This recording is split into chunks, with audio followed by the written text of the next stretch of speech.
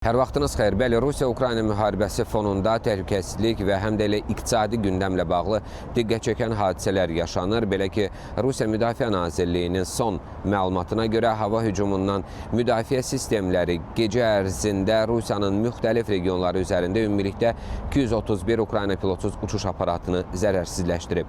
Gecə yarısından etibarən isə Moskva istiqamətində uçan ümumilikdə 10 dron məhv edilibdir.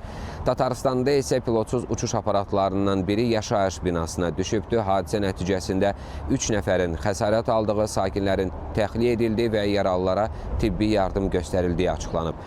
Moskvanın isə Domodedovo hava limanı reysləri yalnız aidiyyatı qurumlarla razılaşdırılmış qaydada qəbul edib və yola salır. Digər mühüm gündəm isə Avropa İttifaqının hazırladığı 21-ci sanksiya paketidir. Məlum olduğu kimi yeni paket çərçivəsində Rusiyanın təxminən 90 bankına qarşı məhdudiyyətlər nəzərdə tutulur. Sanksiyalar bank aktivlərinin dondurulmasını, maliyyə əməliyyatlarının əlavə qadağaları və kriptovalutalara sahəsində sərt nəzarət mexanizmlərini əhatə edə bilər.